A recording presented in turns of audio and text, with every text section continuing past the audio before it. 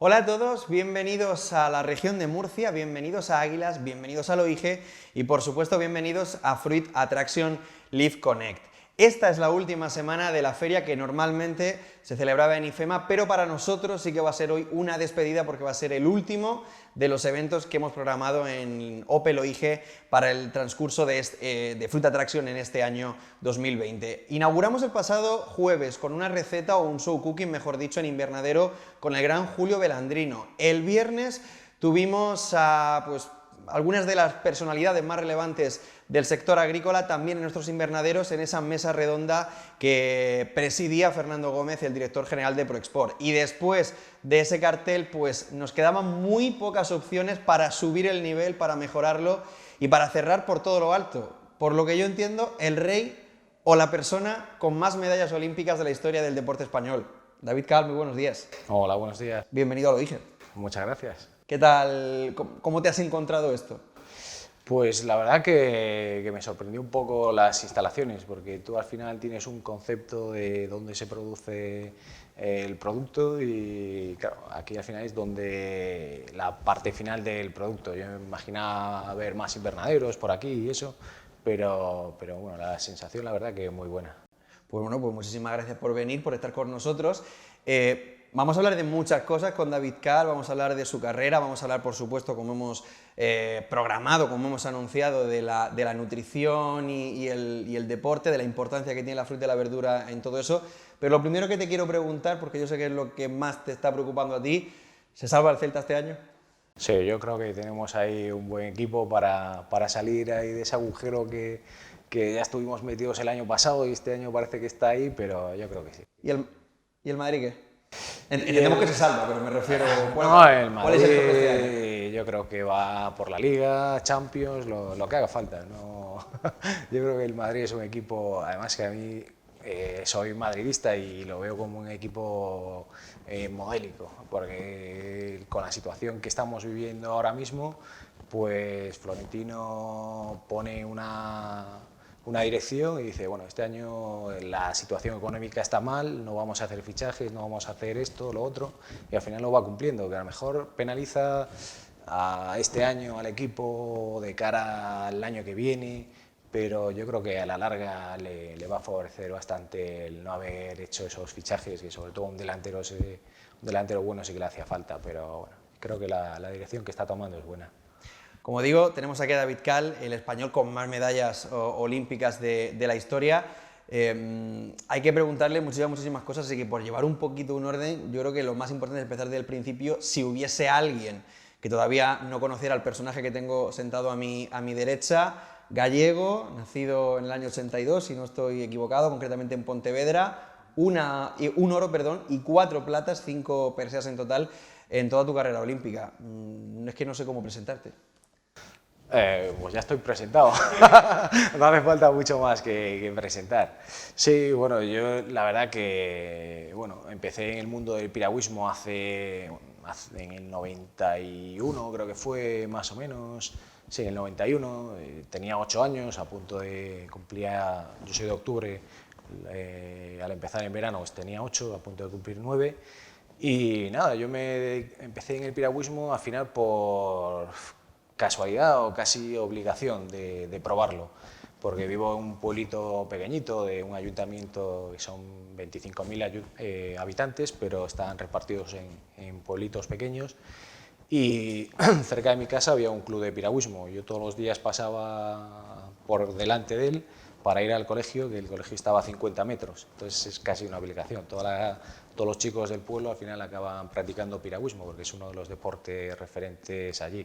También tenemos fútbol, hay equipos que no son tan grandes, el equipo balonmano que está en división, bueno, en Asobal, en la primera división, el Frigoríficos del Morrazo. Son los 3 deportes así que más destacan allí, pero bueno, al final en esas edades practicaba de todo, me gustaba hacer de todo y llega un momento que no tienes tiempo material para dedicarte a todo, entonces fui descartando y al final el deporte que más me gustaba era la piragua. Entonces ¿Qué es lo que tenía que no tenían otros deportes? Pues no sé, no, con 8 o 9 años o 10, que empezaría ya a descartar algunos, pues tampoco sabría qué decirte. A mí siempre me gustó el mar, el piragüismo está vinculado, es un deporte de agua, la mayoría de mis amigos hacían piragüismo, que eso también es un aliciente.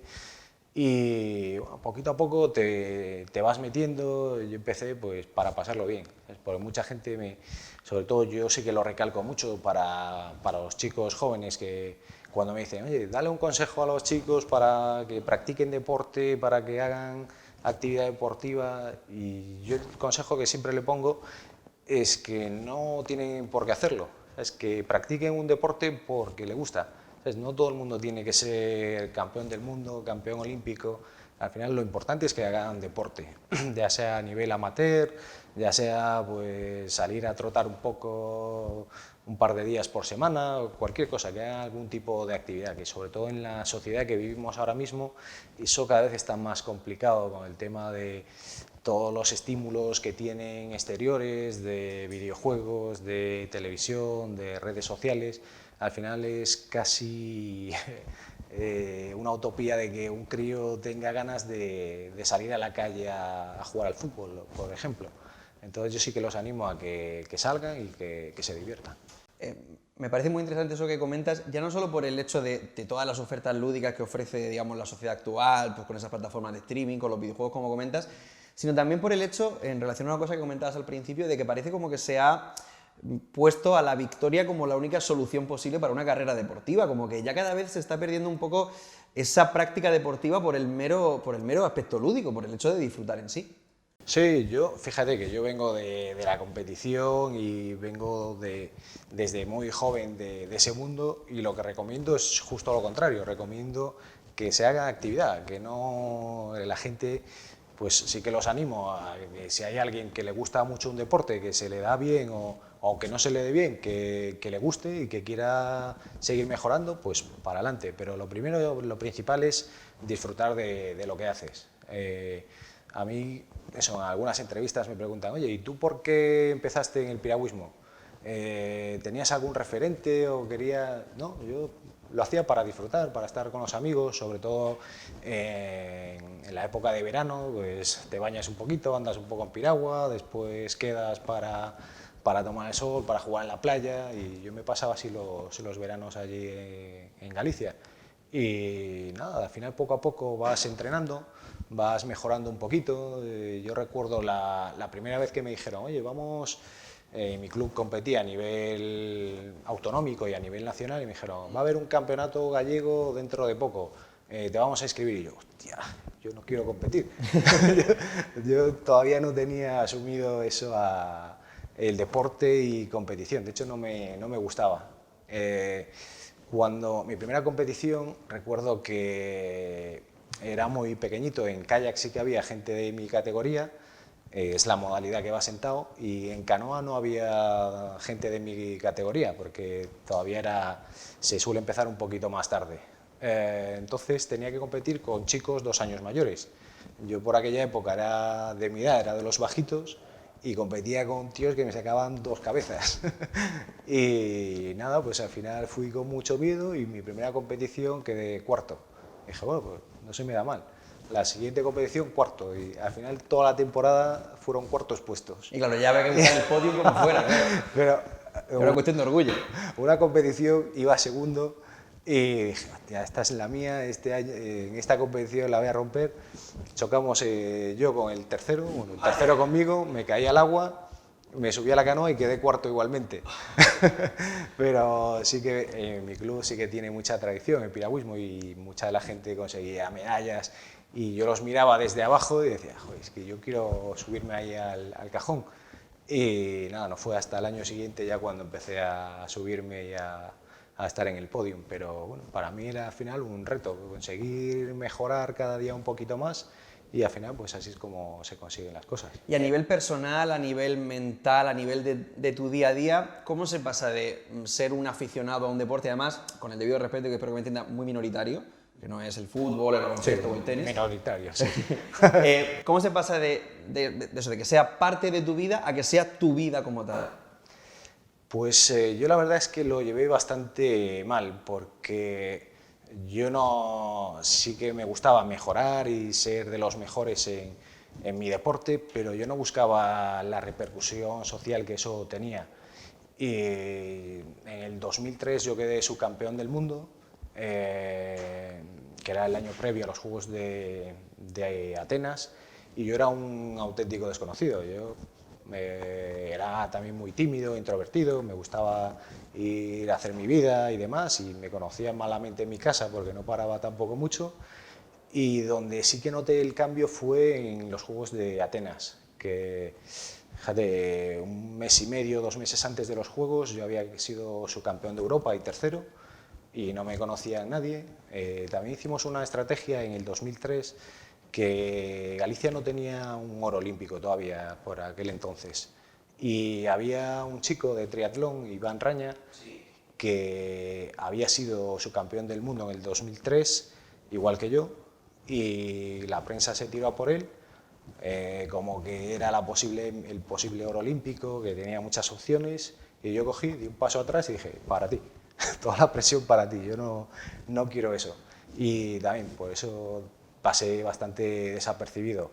En el 2004 recuerdo que conseguí la primera medalla, el oro olímpico en la distancia de 1000 metros, la plata al día siguiente, y me chocó muchísimo porque al final yo pasaba de ser una persona anónima, de repente que todo el mundo te señale, todo el mundo A las portadas te del Marca, conozca, ¿no? Portadas del Marca. Recuerdo el día que llegué a mi pueblo que había un recibimiento enorme, se colapsó el aeropuerto de Vigo, de Peinador, y yo decía, hostia, ¿y esto todo es por mí? Si soy el mismo que el del año pasado que había sido subcampeón del mundo y un par de meses antes subcampeón de Europa y tercero, y no lo llevé la verdad que muy bien. Recuerdo que el día siguiente de llegar quedé con los amigos en un bar para tomar algo al lado de mi casa, y salí y la gente, mis vecinos de toda la vida, me paraban, me pedían fotos, autógrafos. Y decía, joder, si me conocéis... Si soy David, ¿no? Claro, no. Y esa parte sí que la recuerdo, que no fue la que menos me gustó, porque después también te imponen cosas, como, no, tú ahora tienes que ser el ejemplo de, tú tienes que ser... Y yo decía, si a mí solo me gusta el piragüismo, entrenar, competir, lo otro es, no sé por qué me llega, que al final lo acabas entendiendo, evidentemente, pero sí que es una parte que, ya te digo, que a mí no me gustaba mucho. Hablamos que tenías 22 años, es que al final uno no está preparado para de la noche a la mañana dar el paso de ser un vecino más de Pontevedra a de repente ser la imagen olímpica de un país. Claro, es que, ya te digo, yo vivía por aquel entonces en Pontevedra, y yo iba por la calle y era una persona anónima, podía hacer lo que quisiera, no hablo de cosas raras, pero sentarme a tomar un café o cualquier cosa, y de repente me di cuenta de que me sentía observado, aunque había gente que a lo mejor que sí te paraba y demás, había otra que no, pero sentía observado, y eso es para mí personalmente, era de las sensaciones más incómodas que tuve así en mi carrera deportiva. Después ya pues vas madurando, lo vas aceptando y lo vas llevando mejor, pero sobre todo el primer año fue el que más me costó. Más como yo también tenía sobre todo antes un carácter mucho más introvertido, más tímido, que conociera, que verme en esa situación pues me molestaba mucho más. En cualquier caso, habla de Atenas 2004 como el primer gran paso, o los primeros grandes titulares de una carrera olímpica que se prorroga durante 2 Juegos más. Pekín 2008, abanderado. Antes hablaba yo de que aquí teníamos que traer al rey. Bueno, el rey también fue abanderado en Barcelona 92 y en 2008 le tocó a David Cal. ¿Qué supone para una persona representar a su país a ese nivel? Porque a nivel deportivo creo que hay pocos reconocimientos mayores que te pidan ser el abanderado de tu propio país. Sí, la verdad que, bueno, para mí fue todo un honor ser el abanderado de España, porque al final eres el representante español en los Juegos Olímpicos. Yo recuerdo la llamada, nos habíamos ido a entrenar a un pueblito de Salamanca porque en Pekín hacía muchísimo calor y en Galicia no teníamos ese calor, entonces teníamos que aclimatarnos. Y nos fuimos a un sitio pero perdido ahí en un embalse, que tuvimos que pedir permisos para poder entrenar porque había una especie en peligro de extinción, la cigüeña negra, que estaba en periodo de anidamiento y bueno, pues en medio del entreno me llama el entrenador que siempre me acompañaba en la lancha y me dice: oye, David, vente aquí un momento. Y digo: ¿qué pasa? Y me dice: ven. Me acerco, me pasa el teléfono y era Alejandro Blanco, que fue el momento en que me dijo que sí quería ser el abanderado. Evidentemente le dije que sí al momento. Después sí que la parte deportiva me tiraba un poquito porque al final para ser abanderado, para ir a la ceremonia de inauguración, te tienes que tirar un día entero sin poder hacer nada, que era lo que más me molestaba, porque al final tú vas a unos juegos para rendir, no para disfrutar. Disfrutar ya viene después, pero bueno, evidentemente es un momento en que no puedes rechazar. Y recuerdo eso, de que las ceremonias, antes de la ceremonia estuvimos como, yo qué sé, 7 horas antes, metidos en un pabellón, nos llevaban de un pabellón a otro, te daban una bolsita de almuerzo para tomar algo y nada, y el momento de desfilar la verdad que fue precioso. A mí me hubiera gustado ir un poquito más atrás por mi carácter, porque yo me veía solo con la bandera y todo el mundo disfrutando y decía, bueno, si estuviera ahí un poquito más arropado sería mejor, pero la verdad que es uno de los momentos que no se te borran en la vida. ¿Es el más bonito que has vivido en tu etapa olímpica? Eh, ¿O la primera medalla de oro? La primera medalla al final es la primera y además fue la de oro. Y claro, yo siempre soñé desde crío ser el mejor en mi deporte, ir a unos Juegos Olímpicos, conseguir una medalla y ya si vas y consigues el oro, pues es un momento increíble. Lo otro evidentemente está ahí, pero es que yo de crío no quería ser el abanderado, quería ser el mejor en mi deporte. Pero bueno, después del oro olímpico está el momento de ser abanderado. Ya las platas pues ya no tienen la misma chicha, ¿sabes? Pero bueno, la verdad que sí, que son momentos inolvidables. Además, ya no hablamos solo de que fueses abanderado, sino que además eres un poco la referencia del deporte español en general, porque yo recuerdo, me quiere sonar que fue en Pekín 2008, que la primera medalla de la expedición española tardaba mucho en llegar, y siempre estaba el comentario de, bueno, es que todavía David Calt aún no está compitiendo. Bueno, al final era un comentario entre mucha gente porque bueno, nosotros sí que planificábamos muy bien los ciclos olímpicos y bueno, pues había mucha seguridad por mucha gente de que se iba a conseguir una medalla. Fíjate, ahí sí que hubo un punto que hubo gente que a lo mejor al conseguir 2 platas que no le supo a poco. Se contaba con el oro, ¿no? Se contaba ahí un poco con el oro. Yo venía a ser oro y plata en Atenas y claro, en el 2008 no pasó lo mismo que en el 2004. No pude dar ese paso atrás y dejar la presión a otros. Ahí me la llevé yo y claro, todos los comentarios, bueno, ¿y qué vas a hacer en Pekín? Yo siempre decía, bueno, pues Pekín voy a por 2 oros. Después de un oro y una plata, la única forma de mejorar es con 2 oros. Un oro y una plata es igual y todo lo que no sea eso es empeorar. Entonces, si eres un poco ambicioso, pues voy a por 2 oros. Allí me encontré a un rival muy bueno, que ya lo conocía de antes, que era Attila Badja, que fue uno de los rivales con los que me tuve que batir a lo largo de mi carrera deportiva, que fue el que ganó.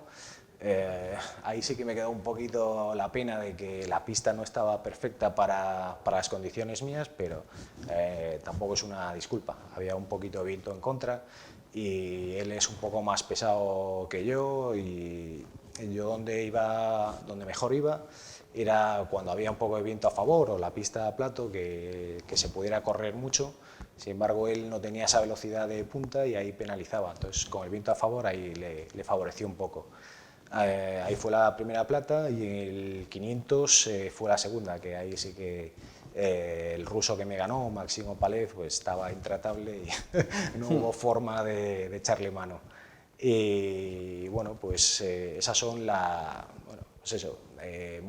También hubo una cosa que yo en las dos competiciones, en las dos finales acabé, pero completamente fundido. Entonces las fotos también que pusieron en la prensa y demás del podio, yo estaba pálido, con mala cara, y decía, joder, cuando llegué a España me daban el pésame, joder, lo siento mucho. Y digo, hostia, que vengo con 2 platas, ¿sabes? Que tampoco ¿Cuántas tienes tú, no? Claro, claro.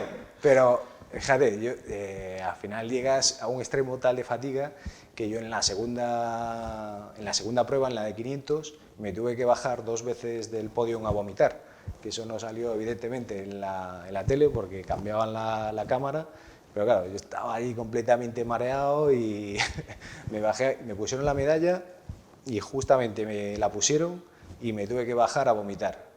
Dije, empecé a encontrar mal, mareado, y yo ahora aquí qué hago, aquí delante no lo voy a hacer.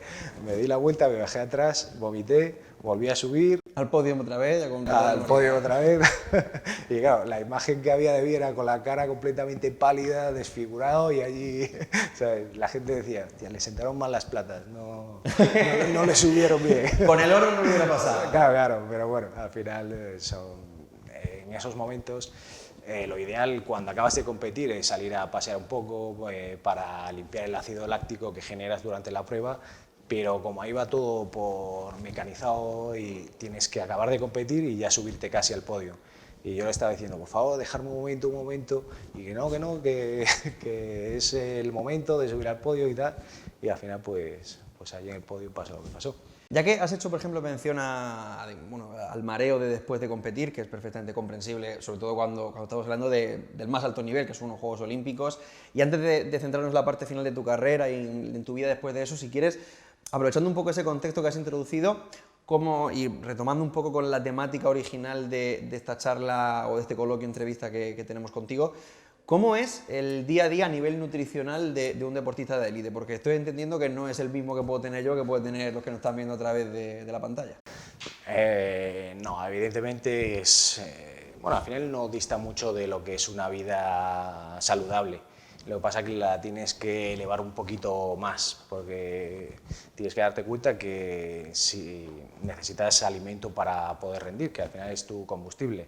Entonces yo durante varias etapas de mi vida la que más me costó fue cuando a los 15 años entré en el centro de tecnificación, que yo venía de mi casa de comer muy mal, al final si había una comida que no me gustaba, mi madre me hacía otra cosa porque era el niño de mamá. Y a mí también me pasa, ¿eh? Sí. Y cuando llegué allí al centro de tecnificación, que es como un centro de alto rendimiento que hay en Pontevedra, lo pasé fatal, porque yo comía eso muy mal y tuve que aprender a comer allí. Recuerdo que nos levantábamos muy temprano, como a las 7 de la mañana, íbamos a desayunar, pues el desayuno eran unas tostadas, leche con cereales, un yogur, fruta, un poquito de todo. Eso perfecto. Los jueves había churros, que era el día estrella, que llegabas allí. Durante toda la semana no todo el mundo llegaba tarde a última hora a desayunar, y el jueves no sé por qué aparecía todos allí, todavía no abría el comedor y estaban todos en la puerta a por los churros. Pero bueno, nos íbamos al instituto, que era un instituto que había dentro del centro, estábamos hasta las 10:15, íbamos a entrenar, acabábamos sobre las 12 y a las 12:15 teníamos un bocadillo que nos hacían allí y una pieza de fruta. Volvíamos a clase a las 12:30 hasta las 3 menos cuarto, salías y ya ibas a comer. Y la comida, pues eran 2 platos de comida, lo primero solía ser arroz, pasta, algo así, y lo segundo, pues carne, pescado, acompañado de otra cosa. Proteína e hidrato limpio, para entenderlo, ¿no? Sí. Después también teníamos una zona de ensaladas que tenías que ir a cogerla allí y cada uno se servía la suya. El otro, pues tú elegías el plato que te ponían allí, y yo recuerdo que la ensalada la llevaba fatal, que no me gustaba casi de nada. Y los entrenadores que teníamos eran muy exigentes y nos obligaban a comer ensalada todos los días, en la comida y en la cena. Entonces ibas allí, pues tu lechuga, tomate, remolacha, maíz, un poquito de todo, atún. Y yo recuerdo de esa época, claro, a mí la remolacha no me gustaba nada, al final me encanta ahora mismo, y el tomate, pues sí, sí que lo comía bien, y yo recuerdo salir rápido de clase para ir a coger la comida antes de que llegaran los entrenadores. Ibas a la ensalada, manchabas con la remolacha para que pareciera que Sí, llevaba ¿no? remolacha, o mancha mucho, metías allí unas hojitas de lechuga y tal. Oye, ¿la ensalada? No, no, ya la comí. Cuando llegaban ya estaba liquidado eso. Y nada, acabamos de comer, descansabas un poquito, 4:30 a entrenar de nuevo, hasta las 7:30 más o menos, a las 8 comías, sí, 8:30 comías, a las 9 estudio obligatorio y hasta las 11 menos cuarto. Te recogías, ibas a la habitación y a las 11 de la noche, luces apagadas y hasta el siguiente día. Y vuelta a empezar. Y vuelta a empezar. La cena era más o menos lo mismo que la comida, eran 2 platos, un primero, un segundo, ensalada. Al final, pues como en el deporte, pues según la actividad que vayas haciendo, pues tienes que comer más o menos cantidades. Cada deporte al final es un mundo diferente. Nosotros allí en el centro de tecnificación teníamos una variedad de deportes importante y yo los que sí que recuerdo con mucha pena eran la gente de lucha, de judo. Pues yo recuerdo que tenía compañeros que decían, no, esta semana tengo que bajar 6 kilos. ¿Y cómo lo vas a hacer? Y dice, no, pues no voy a comer. Y iban a entrenar con chubasqueros, con plásticos, no comían, se deshidrataban, solo para dar el peso en la báscula, así como daban el peso, se hinchaban a comer y decían, y no podéis ir poco a poco y arrimando ahí, ajustando el peso, ¿no? Es que es así. Bueno, pues nada, llegaban allí débiles, sin fuerza, y yo la verdad que a lo largo de mi carrera deportiva sí que la alimentación evidentemente fue muy importante porque nosotros entendíamos que estar en el peso óptimo de competición durante todo el año era complicado porque eres mucho más propenso a lesionarte, eres más propenso a entrar en forma antes de tiempo y lo que hacíamos, yo cogía a principio de temporada unos 5, 6, 7 kilos, estaba casi todo el año por encima de mi peso de competición y los últimos meses, pues al final con el mismo entrenamiento ya lo vas desgastando y vas entrando en el peso. Entonces sí que para mí el peso siempre fue una obsesión de estar siempre en el peso justo, en el momento justo, y yo sí que los 2 últimos meses sobre todo sí que afinaba muchísimo para estar no en mi peso no lo máximo, bueno, no bajaba lo máximo que podía, sino que bajaba a mi peso óptimo de competición, que eran 84, 85 kilos más o menos. Pero con mucho músculo, claro. Sí, con más de un 50% de masa muscular, en 7, 8 de porcentaje graso. Y un año sí que tuve un problema de bajar demasiado peso, me quedé bajé a 82 y el médico me dijo, amigo, aquí no, aquí no puedes estar porque hay un punto en el que empiezas a perder masa muscular, que empiezas a perder fuerza y no te interesa entrar ahí. Entonces, el problema es ajustar en el peso óptimo, porque tú tampoco puedes decir, bueno, tengo que bajar 3 kilos, dejo de comer un día y me pongo, me pongo ahí, sino que tienes que seguir ingiriendo comida y ajustando bien para que no pierdas fuerza, para que no pierdas ahí por esa parte. Y ya te digo, los 2 últimos meses yo me cogía una libreta, ponía la báscula, me pesaba justo a levantarme, iba al baño, me pesaba, iba a desayunar, me pesaba, iba rotando todo y me pesaba, yo qué sé, 15 veces al día por lo menos. Y iba ajustando, decía, bueno, pues con este tipo de entreno pierdo tanto peso. Después En el me desayuno esto sí, esto no, a lo mejor, claro, ¿no? en el desayuno, pues voy a comer hoy 400 gramos, y iban 400. En la comida, pues 1 kilo, lo que fuera. Y iba súper ajustado, ya te digo. Porque al final es importante para el rendimiento, el peso es súper importante. No es lo mismo en los coches se ve. Cuanto más potencia tengas y menos peso, más va a rendir el coche. Entonces, en el deporte al final es lo mismo. Para poder rendir en una prueba de 1000 metros, que son algo menos de 4 minutos, tuve rivales que eran más grandes que yo, mucho más pesados, gente de 100 kilos y sí, muy fuertes, muy grandes, pero los 100 kilos hay que moverlos 4 minutos. Y al final el músculo hay que oxigenarlo, y el músculo al final te penaliza si vas con exceso de músculo, como si tampoco llegas... Tiene que ser muy complicado alcanzar ese equilibrio. Claro, entonces lo perfecto es el equilibrio, ¿sabes? Tienes que estar fino, pero tampoco pasarte, tienes que estar fuerte, no pasarte, y es que la distancia, sobre todo de 1000 metros, para mí es la más complicada. Yo hacía también antes 500, pero después del 2008 se quitó como distancia olímpica, entró el 200, intenté probar, pero no hubo forma, porque nada, al final estuve probando 2010 y nada, me puse más fuerte para los 200, pero me penalizaba en el 1000. Y también en ese momento hubo un chico, Sete Benavides, que también llegó ahí muy fuerte en el 200, que él era especialista, y él fue el que consiguió la plaza, y yo dije, vale, pues a partir de ahora el 200 para ti, el 500 para mí, y tan amigos.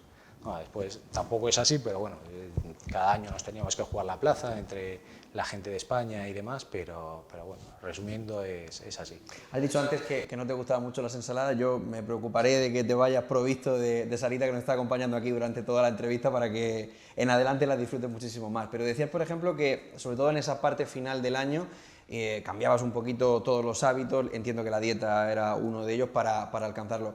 Entiendo por lo que me estás diciendo que más fruta, más verdura y por supuesto nada de ultraprocesado, de bollería industrial, todo eso en la vida de un deportista es completamente incompatible. Exacto. La primera parte del año para mí sí que a lo mejor podía cometer algún exceso de comer mal algún día, por ahí a lo largo de la semana, pues a lo mejor saltarme un poquito la dieta. Para nosotros sí que era importante esa primera parte, pero al final, como comía de forma saludable, pues si cometes algún día un exceso, pues no pasa nada. Ya cuando estás afinando los últimos meses, ya es impensable cometer excesos ni nada. Sobre todo, pues eso, nosotros, lo que te comentaba antes, la primera parte sí que yo cogía un poco de peso, estaba por encima del peso de competición, porque otra cosa también, yo entrenaba en Galicia, y si estás muy fino eres más propenso a coger la gripe, a enfermar, aparte de las lesiones. Cada 2-3 meses más o menos hacíamos una analítica de sangre para ver que todo estuviera perfecto. Mi entrenador sí que era muy reacio a consumir sustancias, suplementos alimenticios. No estamos hablando de nada ahí. Se te está entendiendo, se te está entendiendo. Sí, no, pero el típico complejo vitamínico y demás. ¿No? Exacto. Pues era reacio a tomar proteínas, creatina, este tipo de complementos que se suele utilizar en el deporte. Al final él era muy práctico, decía, bueno, si con la alimentación somos capaces de llegar a ese aporte vitamínico, ¿para qué vamos a meter suplementos químicos? Y sí, hay un punto a lo mejor, pues yo solía pecar bastante, que tenía el hierro bastante bajo, pues tienes que tomar hierro, o si había alguna cosa algún parámetro que estuviera bajo, pues al final tienes que ayudarte de eso. Antes te comentaba que estuve viviendo en Brasil los 2 últimos años de mi etapa deportiva. El motivo fue porque, bueno, a mi entrenador le surgió la posibilidad de entrenar al equipo brasileño de piragüismo, el de canoa, y lo hablamos. Y bueno, aquí en España era una situación un poco, estábamos en plena crisis, estaba la cosa así un poquito mal, y yo llevaba mucho tiempo entrenando en el mismo sitio, desde los 15 hasta los 29, en el mismo sitio. Y pensamos que era un buen momento para cambiar, para buscar otro tipo de estímulos, a lo mejor cambiar de país, de lugar de entrenamiento, ver otras caras, y nos fuimos a entrenar allí a Brasil con el equipo brasileño. Y una de las cosas, después ya con la confianza, una de las cosas que decían los brasileños, claro, empezaron a conseguir resultados y demás, y mi entrenador una de las cosas que le quitó fueron los suplementos que tomaban. Pues estos se llevaban botes así de proteínas a entrenar, iban cargados con maletas de química, como digo yo. Y ellos tenían el concepto de que cuanto más ayudas ergogénicas tomaran, que más iba a mejorar su rendimiento. Sin embargo, ellos eran un desastre para entrenar, entrenaban muy poquito. Físicamente eran todos unos portentos, pero no explotaban por ese tema. Entonces, lo primero que hizo fue, oye, esto todo fuera. Todo lo que se pueda conseguir de forma natural lo vamos a conseguir de forma natural. Exacto. Después eso, con lo que te decía, con la confianza me decían, nosotros tomamos este producto, este, y pensamos, si nosotros tenemos este nivel y tomamos todo esto, ¿cuánto tiene que tomar el español para estar ahí? Ellos no pensaban que eso iba en el entreno. Ellos decían, no, si para llegar aquí es que hay que tomar por lo menos el doble. Tú te tomarás cuatro jarras de estas, ¿no? Claro, decía, no, es que si nosotros vamos con los botes estos así de proteínas, él debe tener, yo qué sé, va con la carretilla de proteínas. Y nada, al final se dieron cuenta de que trabajando con disciplina se acaba consiguiendo, y con una buena alimentación, que ellos sí que la tenían muy dejada. Sí que tomaban muchos productos, pero la alimentación básica ahí sí que no la cuidaban. Allí también es un país muy pobre. Allí el plato típico es la feijoada, arroz con habas, un feijón, que le llaman ellos, y se basaba prácticamente en comer arroz. Después metían eso y demás, pero una de las cosas que más me chocaba era eso. Una vez que llegó mi entrenador, pues ya empezamos a cuidar todo eso. Contrataron a un cocinero, un dietista. El dietista iba poniendo el menú de toda la semana, y el primer año que estuvimos allí, uno de los chicos, de no entrar en finales en un campeonato del mundo, a estar en el podio. Y bueno, pues al final el último campeonato del mundo lo ganó. En los Juegos de Río consiguió 3 medallas olímpicas. O sea que todo lo que se piensa muchas veces es vamos a lo práctico, ¿no? Al resultado instantáneo, y a veces te venden como que un producto mágico, que con esto vas a rendir muchísimo más, con este producto. O sea, al final lo que hay que hacer es alimentarse bien, entrenar mucho, entrenar bien, ser constante, porque lo que también decíamos antes de que los críos tienen muchos estímulos y tienen una recompensa muy rápida. Cuando suben en las redes sociales una foto, tienen un like al momento, si no, pues ya como que se deprimen, y esas recompensas instantáneas al final yo creo que les penaliza a la hora de que tú le dices, oye, tú aliméntate bien, empieza a hacer esto, y ya a ver si a final de año empiezas a funcionar. Eso cuesta un poquito de ver, sobre todo en esta sociedad. Pero bueno, al final, si quieres llegar al más alto nivel, tienes que pasar por ese proceso.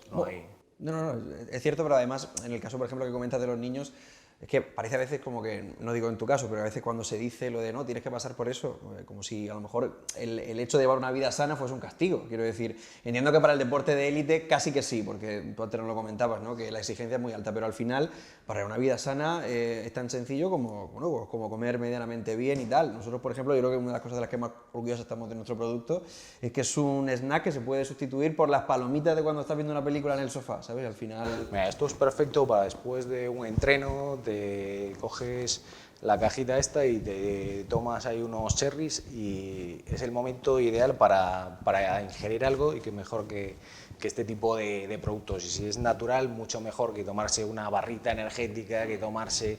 Yo prefiero tomar esto antes que otro producto químico, digámoslo así, que tenga química. Allí en Brasil también una de las cosas que aprendí es a comer más fruta que aquí en España. Allí, sobre todo cuando vivíamos en Minas Gerais, allí había fruta por todas partes. Claro. Recuerdo de que los chicos estos se subían a un árbol, llenábamos el coche de mangos y de cosas, y después al final estaba la casa llena de frutas y que las íbamos consumiendo en todo momento. Al final, lo ideal para un deportista es comer 5 veces al día. Desayuno, entrenar, después del entreno comer algo, fruta, verdura, es ideal para ese momento, la comida, el entreno, bueno, entrenar, después del entreno volver a ingerir algo y después la cena. Son las 5 comidas, las principales: desayuno, comida, cena, y después algo más ligero, que ahí entraría este producto, por ejemplo, frutas, hortalizas, cualquier cosa. A mí me venía bien cualquier cosa natural, no iba, eso, lo que te decía antes, a la química. Además, el tomate en particular, ya que tú has hecho mención también, bueno, el tomate y por supuesto el tomate cherry, es perfectamente compatible con el deporte porque tiene cualidades antioxidantes, porque es una fuente natural de vitaminas como la vitamina C, la vitamina B1. Tú lo recomendarías, entiendo, a cualquier persona que lleve este tipo de alimentación. Evidentemente. Yo creo que yo, sobre todo, cuando más aprendí de alimentación fue a los 15 años.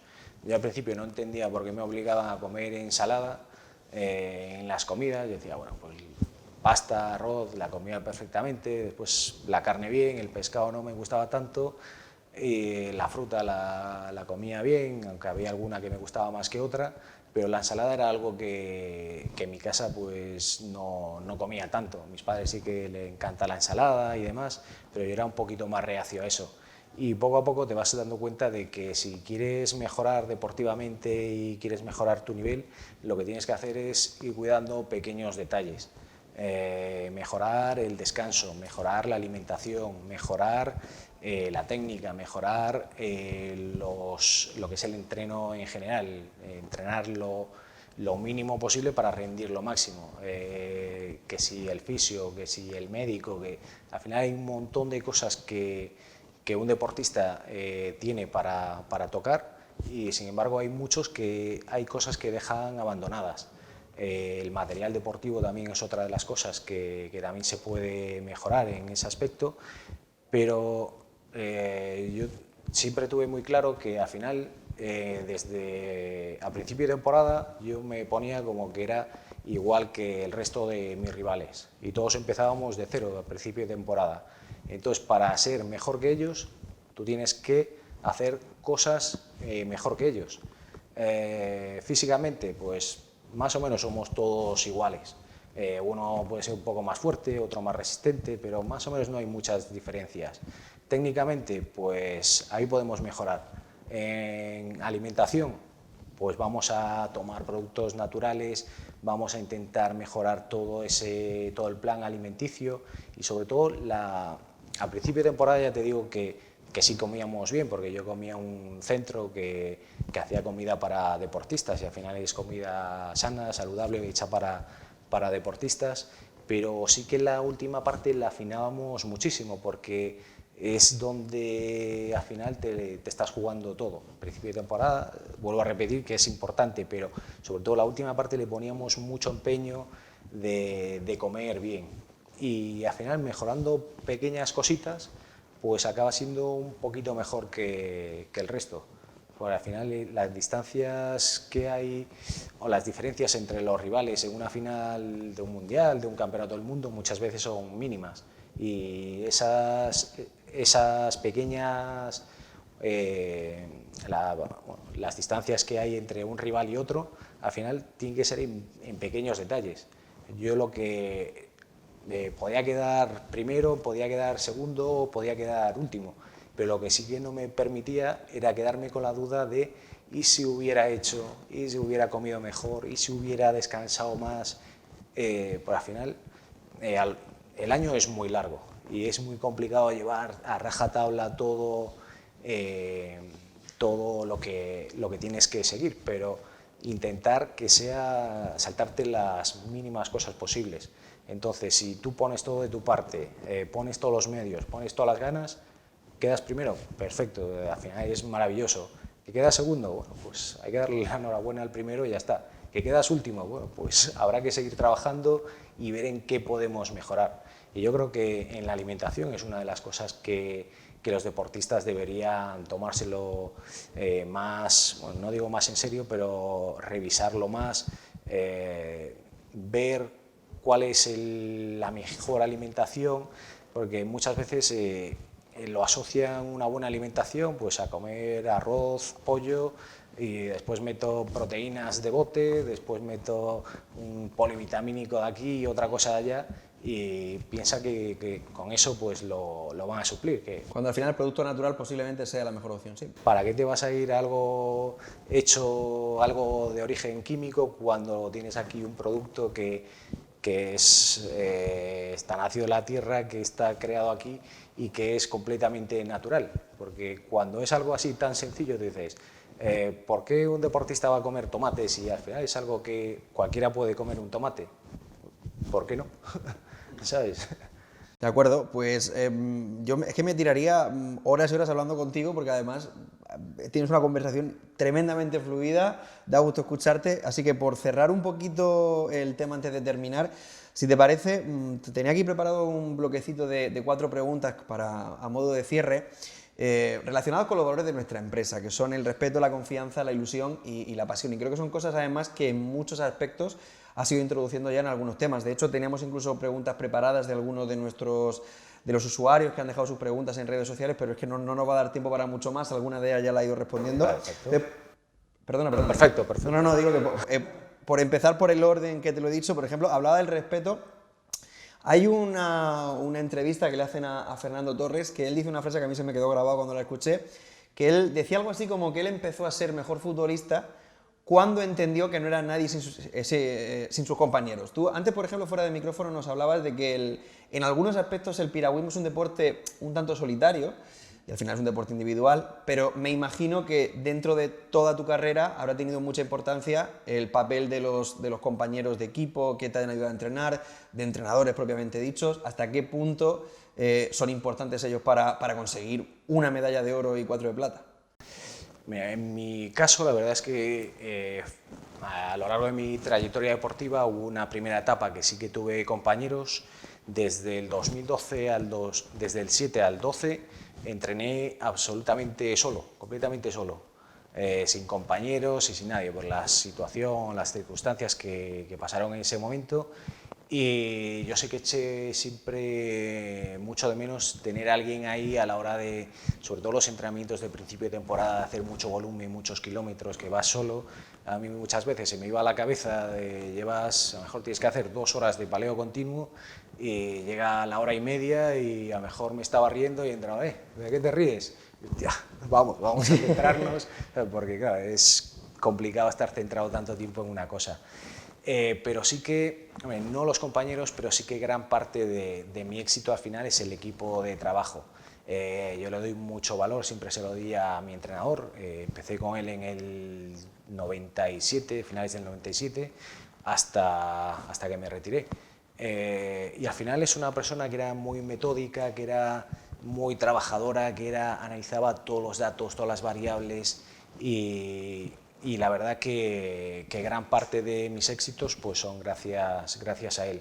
El médico también es una persona que influyó bastante en mi trayectoria deportiva. Fue mi médico cuando yo entré en el centro de tecnificación a los 15 años, y lo que te decía también de los suplementos alimenticios, este era un médico que ibas a... Oye, que me duele esto, venga hombre, haz ahí unos estiramientos o cualquier otra cosa. A pesar de ser un médico deportivo, no era el típico médico que, pues venga, tómate este producto, toma aquello, toma lo otro. Y un deportista de élite, sobre todo, es muy importante la confianza con el médico y saber lo que te va a dar que es bueno. Porque muchas veces hay engaños de médicos que meten suplementos a deportistas sin que lo sepan, y al final acaban saliendo casos de dopaje y demás. Entonces, en ese aspecto yo sabía que tenía las espaldas cubiertas, porque eres una persona que lucha mucho contra todo eso. El fisioterapeuta, una persona súper importante. Yo iba todas las semanas al fisio, sobre todo para prevención de lesiones. Estuviera bien o mal, Iba, hacía un chequeo, si estaba todo ok, unos estiramientos, movilidad y demás, si no, pues a seguir trabajando. Y eso sí que me ayudó a no tener ninguna lesión grave en mi carrera deportiva, que al final, si estás lesionado no puedes entrenar, no puedes mejorar, y para mí es muy importante. Y después, pues desde la persona que te cocina, la persona que estás concentrado, que te lava la ropa, no sé, cualquier persona, todo el equipo al final que vas moviendo, pues para mí es, todo el equipo es súper importante, desde primero hasta el último.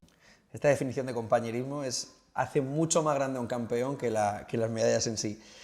La confianza, David, ¿es más importante la que tienen los demás o la que tiene uno mismo en sus posibilidades? La que tiene uno mismo. Para mí uno de los momentos más duros a la hora de competir es el momento en que te pones en el embarcadero y vas hacia la salida. Yo tenía un ritual con mi entrenador, teníamos una estrategia de carrera buenísima, ahora te la cuento, Sí, que la íbamos haciendo desde siempre. Bueno, teníamos varios rituales, al final cuando estás en competición hay mucha tensión y teníamos como ciertas cosas entre nosotros que entendíamos solo nosotros y que quitaba un poco esa tensión. Al final hay que, por lo menos a mí eso me funcionaba y lo llevaba bien.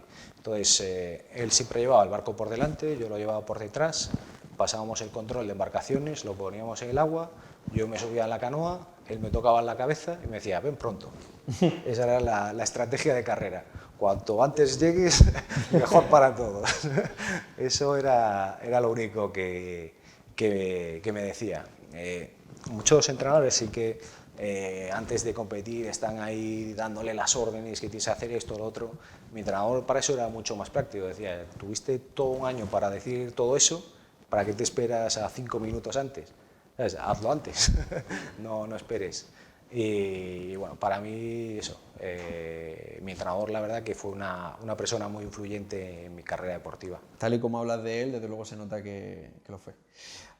También teníamos como tercer valor de nuestra empresa, de Loige, la ilusión. Si me permites, voy a leer textualmente un fragmento de una respuesta que diste a una entrevista del diario El País, que decías, se te preguntaba sobre todo por cómo había sido el cambio de vida una vez que uno se retire de más, y decías, incluso cuando la cosa no va bien, te dices, sigue, sigue, sigue. Pero llega un momento en el que te das cuenta de que no estás disfrutando de lo que haces y no tienes ganas suficientes. Y un poquito más tarde, en la misma entrevista, dices, el 31 de diciembre estaba entrenando, el 2 de enero también, llega Semana Santa, todo el mundo se va de viaje y tú sigues entrenando. Te llaman un fin de semana los amigos, oye, vamos a hacer una barbacoa, ¿te apuntas? No, tengo que entrenar. Te desgasta la rutina y el no poder hacer cosas. ¿Eso es perder la ilusión por lo que te gusta? No, eso es...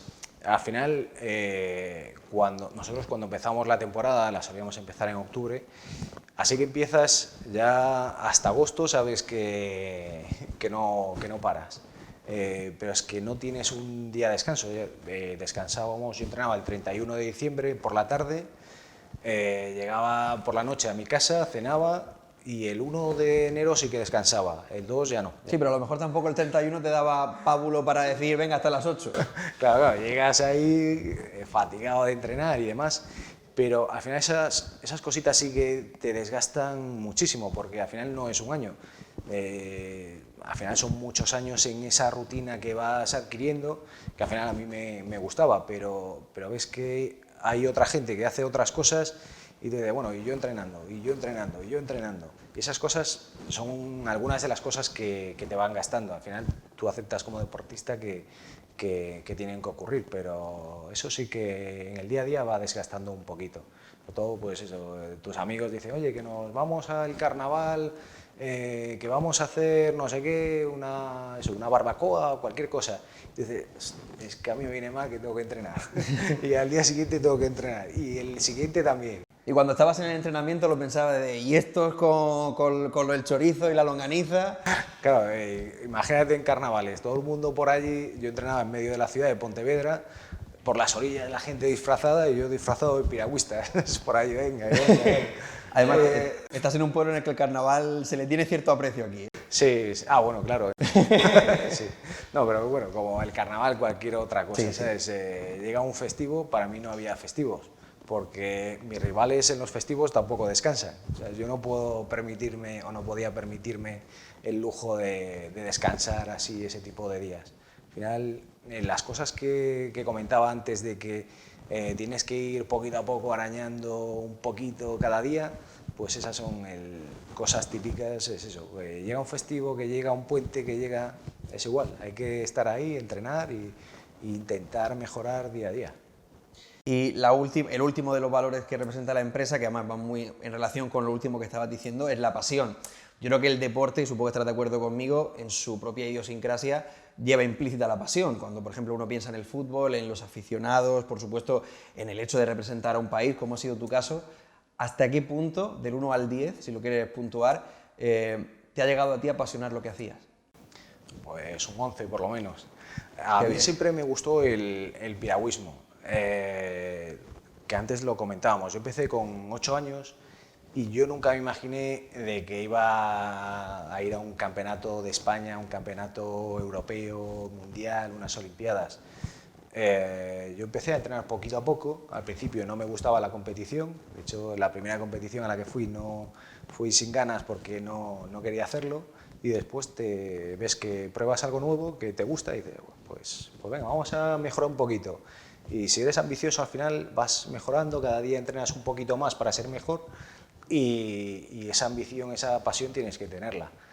Porque si no, sin pasión, sin ganas, no podría pasar por todos los sacrificios que vas dejando por el camino, todas esas horas de entreno, de sacrificio, de días de lluvia, de frío, de sol, de todo ese tipo de situaciones. Si no las haces con pasión, es que no salen. Pues David, te daré las gracias por venir, pero te las prefiero dar por el ratito de compañía que hemos echado y sobre todo por las lecciones. Yo no sé la gente que esté viendo esto desde sus casas, pero por lo menos las que yo me llevo, porque creo que los grandes campeones demostráis que lo sois más por lo que sois como persona que por lo que habéis ganado. Nada, pues yo os doy las gracias por invitarme. La verdad que sobre todo sí que me gustó muchísimo, fíjate, ver cómo empezó la empresa y ver hasta dónde llegó, porque al final era una empresa pequeñita. Sí. Yo cuando empecé en el deporte era un deportista pequeñito, no era... Empecé por placer simplemente y poco a poco vas mejorando y al final el deporte o en la vida o en el mundo de la empresa es completamente igual. Si quieres triunfar en algo tienes que ponerle ganas, tienes que sacrificar cosas y tienes que poner todo de tu parte para que todo vaya mejorando y vayas consiguiendo los objetivos que te vas proponiendo. Pues como estoy completamente de acuerdo contigo, espero de corazón que no sea la última vez que hagamos alguna actividad como esta juntos. Muy bien, pues ya sabéis que yo tengo las puertas abiertas, que para cualquier cosa que estéis dispuestos a hacer, me parece además un producto perfecto y esto hay que promocionarlo. Pues muchísimas gracias, de verdad. Pues muchísimas gracias a David Cal, muchísimas gracias a Fruit Attraction por ofrecernos esta plataforma que es este año Live Connect y permitirnos, aunque sea de manera digital y online, continuar pues conectados al mundo agrícola, que al final es nuestro día a día. Y por supuesto, muchísimas gracias a toda la gente que nos ha ayudado en el desarrollo y la realización de estos 3 eventos y en especial a la gente que lo ha seguido a través de YouTube o bien de la plataforma de Live Connect. Muchísimas gracias por la parte que nos toca y estamos en contacto. Hasta el año que viene.